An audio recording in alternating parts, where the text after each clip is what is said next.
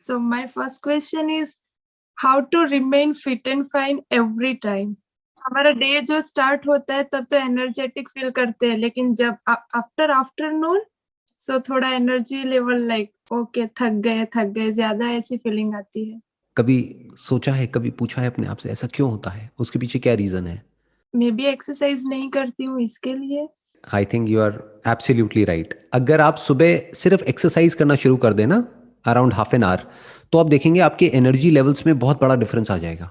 तो अगर कुछ बेसिक सी भी एक्सरसाइज आप शुरू कर देना, यानी डेली सिर्फ आधा घंटे के लिए आप योगा ही कर लें और प्राणायाम कर लें, तो आप देखेंगे आपके एनर्जी लेवल में बहुत डिफरेंस आ जाएगा पूरे दिन के लिए। क्योंकि होता क्या है कि जब हम सोते हैं ना, तो नॉर्मली जिस तरह के मैट्रेसेस पर हम सोते हैं वो बहुत ही कंफर्टेबल होते हैं। अब हम ऐसा तो है नहीं कि मिट्टी पे सो रहे हैं, घास पे सो रहे हैं, ऐसा तो है नहीं। तो जो मैट्रेसेस हैं वो बहुत कंफर्टेबल हैं, उसकी वजह से हमारी जो स्पाइन है उसकी जो पूरी पोजीशन है वो ऐसी हो जाती है कि बॉडी स्टिफ हो जाती है सुबह तक। राइट, जब सुबह उठते हैं तो नींद नींद सी आ रही होती है, ऐसा लगता है नींद पूरी नहीं हुई है और बॉडी में स्टिफनेस होती है, वो कई बार हमको पता भी नहीं होता है। वो फिर जब आप योगा करेंगे और कुछ बेसिक सी एक्सरसाइजेस करेंगे तब आपको काफी बेनिफिट होगा।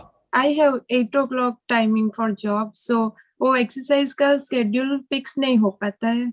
बेसिकली क्या है कि अगर जॉब का आपका टाइम 8 बजे का है तो थोड़ा और जल्दी उठना पड़ेगा, और शुरू में आप मे बी आधा घंटा ना करके अगर 15-20 मिनट भी योगा कर लेते हैं तो मैसिव डिफरेंस आ जाएगा आपके एनर्जी लेवल्स में। दूसरा जो है इसमें एक बहुत बड़ा फैक्टर है वो है आपकी डाइट का, कि आप क्या खा रहे हैं, किस तरह से खा रहे हैं। कहीं ऐसा तो नहीं आप ब्रेकफास्ट को स्किप कर रहे हैं, वो भी बहुत मैटर करता है। उसकी वजह से भी हमारे एनर्जी लेवल्स डाउन हो जाते हैं। यूजुअली क्या कहते हैं कि जो ब्रेकफास्ट है वो हैवी होना चाहिए, लंच थोड़ा हल्का होना चाहिए और डिनर बिल्कुल लाइट होना चाहिए।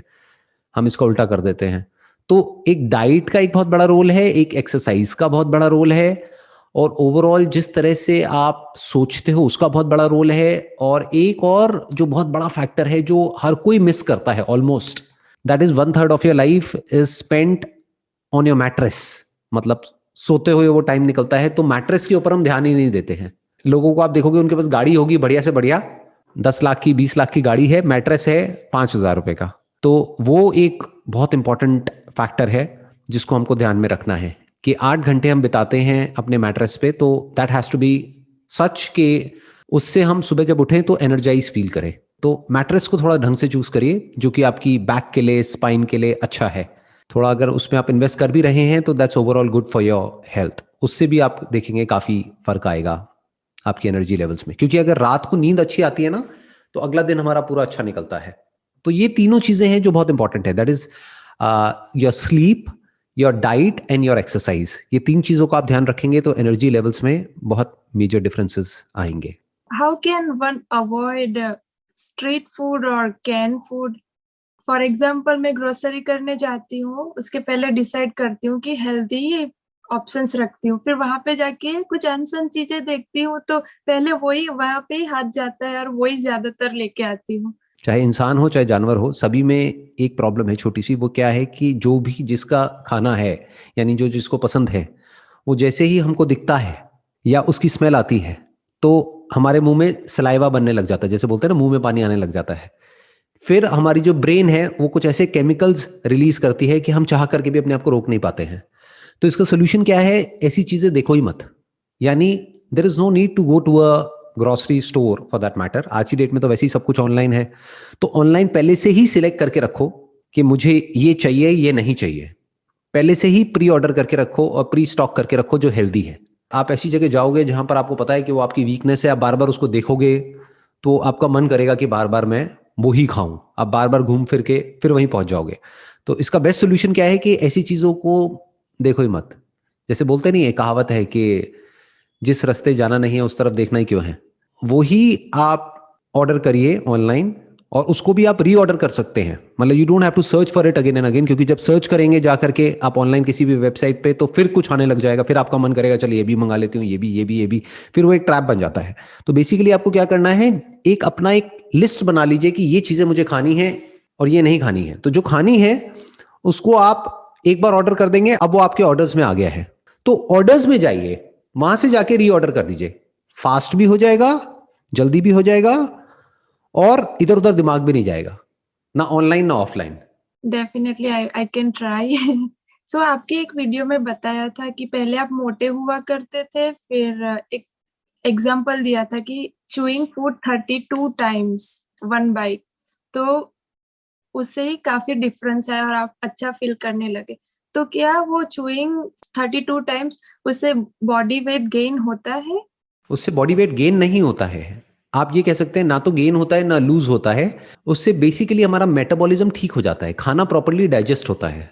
यानी कि क्या, जब हम प्रॉपरली च्यू करते हैं, अब हमको गिन करके च्यू नहीं करना है। बहुत सारे लोगों ने क्या किया, गिनना शुरू कर दिया, खा रहे हैं और मन में गिन रहे हैं 1 2 3 4 वट एवर। वो बड़ा फनी हो जाएगा।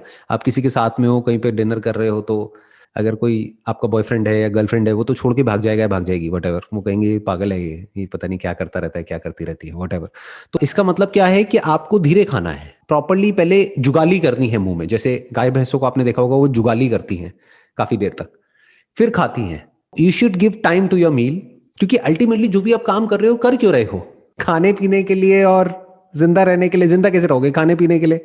अपना पेट भरने के लिए। कोई भी जानवर हो, इंसान हो, काम क्यों कर रहा है? अगर उससे पूछो भाई क्यों, वाई आर यू वर्किंग, तो वो कहेंगे अच्छा खाने के लिए, रहने के लिए और पहनने के लिए, अपने लिए और अपनी फैमिली के लिए। तो खाने पे ढंग से टाइम स्पेंड करना तो बनता है ना, कि मतलब जब आप खा रहे हैं तो आराम से खाने पर मेडिटेशन करिए। जो लोग मेडिटेशन करते हैं ना आंख बंद करके, और मानो बैठे हुए हैं और कुछ भी अपना मेडिटेशन कर रहे हैं, उल्टी सीधी लाइटें देख रहे हैं, यहाँ पे ये कर रहे हैं वो कर रहे हैं व्हाटएवर, इससे बेटर ये है कि जो भी आप काम कर रहे हो वो ध्यान से करो। That is real meditation. कि आप दिन में 3 बार खाना खाते हो, ब्रेकफास्ट लंच डिनर, तो आराम आराम से धीरे धीरे खाइए, धीरे धीरे च्यू करके, और पूरी अटेंशन उस खाने की तरफ होनी चाहिए। उस वक्त कोई मोबाइल ऑपरेट नहीं करना है, उस वक्त किसी से बात नहीं करनी है, पूरा ध्यान खाने पर होना चाहिए। और जब आप इस तरीके से करते हैं तो ये आपकी डाइजेशन के लिए अच्छा है। अब डाइजेशन से क्या होता है, आयुर्वेदा में कहा जाता है कि हर बीमारी की जड़ जो है वो पेट है। आज धीरे धीरे जो एलोपैथी है वो भी यही बात कह रही है कि ब्रेन में जो केमिकल्स की जो प्रॉब्लम होती है ना, जैसे मान लो किसी को डिप्रेशन है, क्लिनिकल डिप्रेशन है, तो वो किस वजह से, प्रॉपर्ली सेरोटोनिन नहीं मिल रहा है ब्रेन को। तो वो सेरोटोनिन जो प्रोड्यूस होता है, majority of it is produced in the gut, यानी stomach. Your stomach is the most important part of your body, क्योंकि अगर जो आप खा रहे हैं वो ढंग से डाइजेस्ट नहीं होगा, जो आपका डाइजेशन है, अगर वो डाइजेस्टिव सिस्टम प्रॉपर्ली काम नहीं करेगा, तो आपके जो बाकी के बॉडी के ऑर्गन्स है वो अच्छे से काम नहीं कर सकते, अपना ब्रेन भी अच्छे से काम नहीं कर सकती। तो जो आपने पहला क्वेश्चन पूछा था ना, एनर्जी नहीं रहती है, उसमें ये भी एक बहुत बड़ा रीजन है।